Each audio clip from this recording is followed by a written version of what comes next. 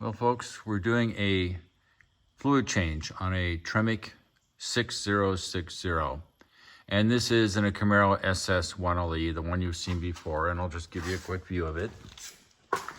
It's a 2017, of course. It's Krypton green. It's an amazing car. I've already done the diff fluid change, but now I'm going to do the ATF, and it's actually automatic transmission fluid. And the interesting thing about this fluid change is they recommend you go to a drain plug, which is actually located right here.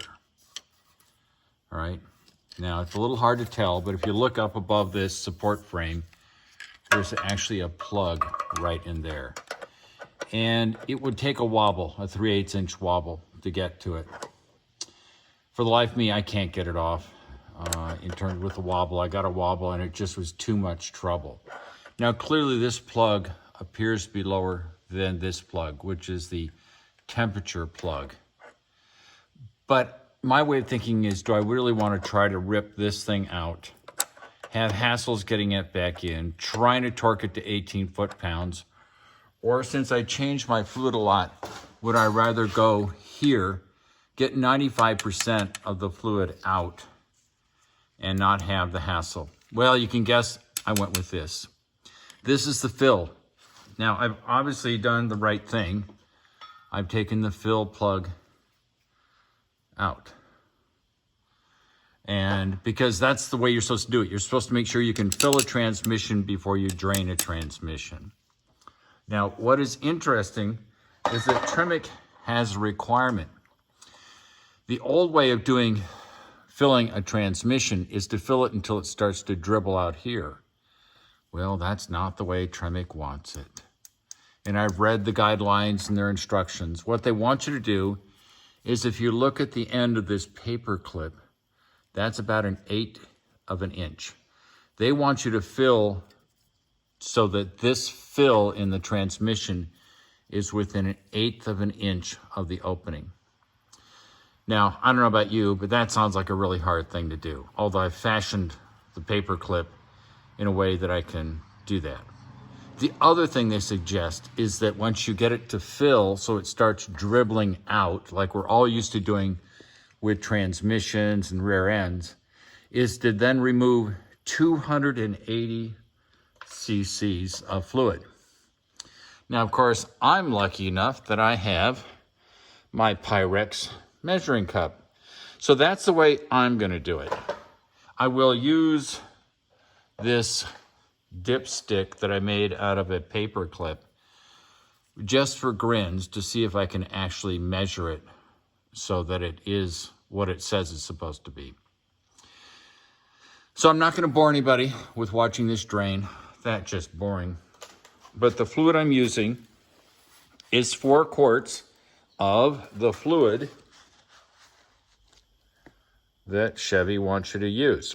Now, I'm sure you can use 20 different brands of fluid. I have no doubt about that.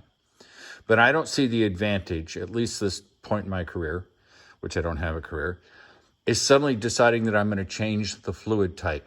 Presumably Chevrolet has designed with Tremec this transmission to use this fluid. So as much as I'd like to switch to a much fancier fluid and have better shifting and higher mileage and all that stuff, the placebo effect that seems to occur with people who decide to use a different fluid, I don't care. Once this thing heats up, it runs like a dream. So, and this is going to be my pump. Typical pump you get at the auto parts store.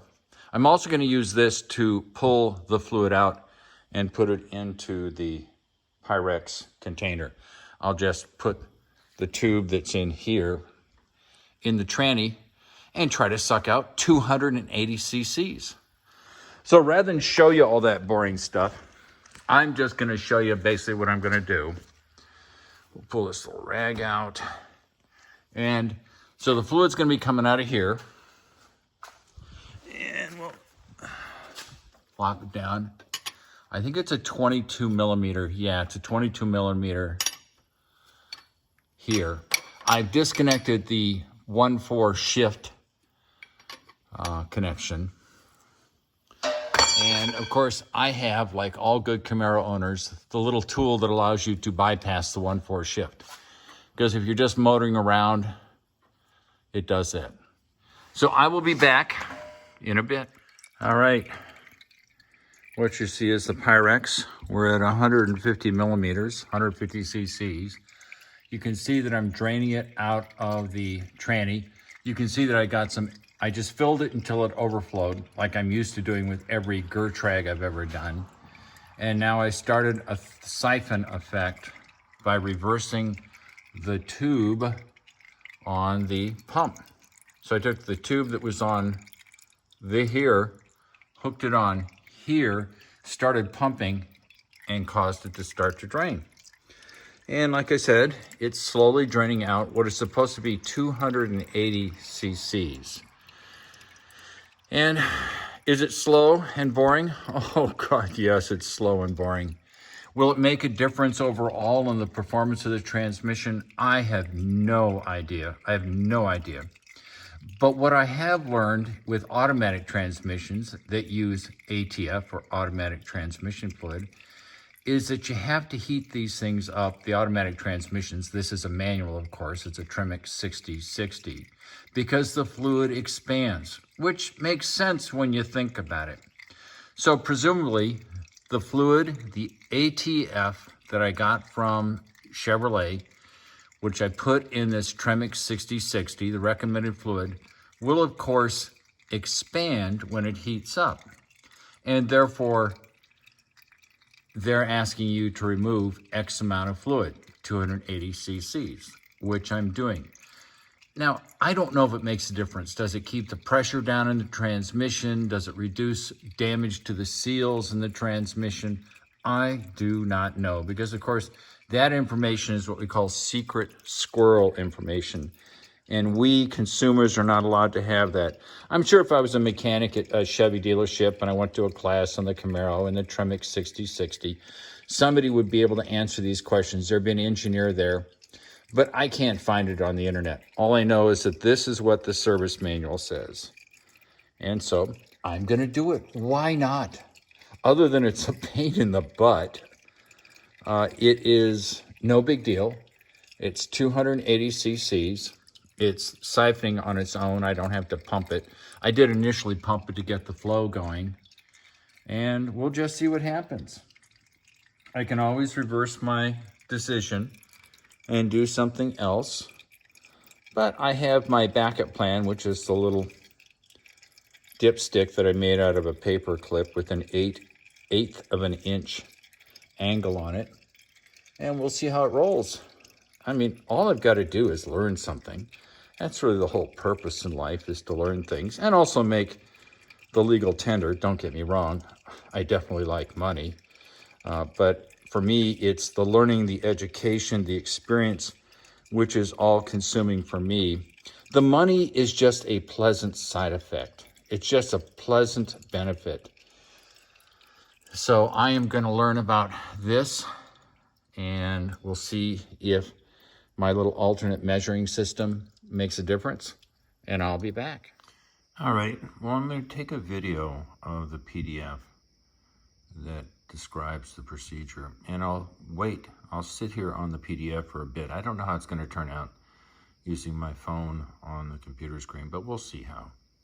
So you can stop what you're doing and stop the video and then read it, and I'll scroll down and I'll back off a little bit. And as you can see, they talk about the fluid being 1/8 of an inch below the fill plug line. And if you look at that, that's the line they're referring to. There's the fill plug, and it's 1/8 of an inch below it. So I thought I'd illustrate that. And I was mistaken. It says you should take 240 mils, not 280. Oh, bad me. I had to put an ounce back in, or 40 cc's. A little more than an ounce. And that's the way it is. Now, they don't explain in this why they do that. They do explain that the transmission fill plug goes to 20 foot-pounds, And that's been my experience. You do about 18 foot-pounds for all this. And they also recommend that, obviously, reconnect the clip. Run the engine in neutral for 2 minutes to allow the fluid to recirculate, and then remove the fill plug and verify that the level is 3.2 millimeters or 1/8 of an inch below the hole. Add or remove transmission fluid as necessary. Okay, and once again, 20 foot-pounds or 27 Newton meters. So I hope this is helpful. I know I can't explain it. Sorry for goofing up and saying 280 when it's actually 240. Not sure it makes a big difference, but we'll find out. That's it.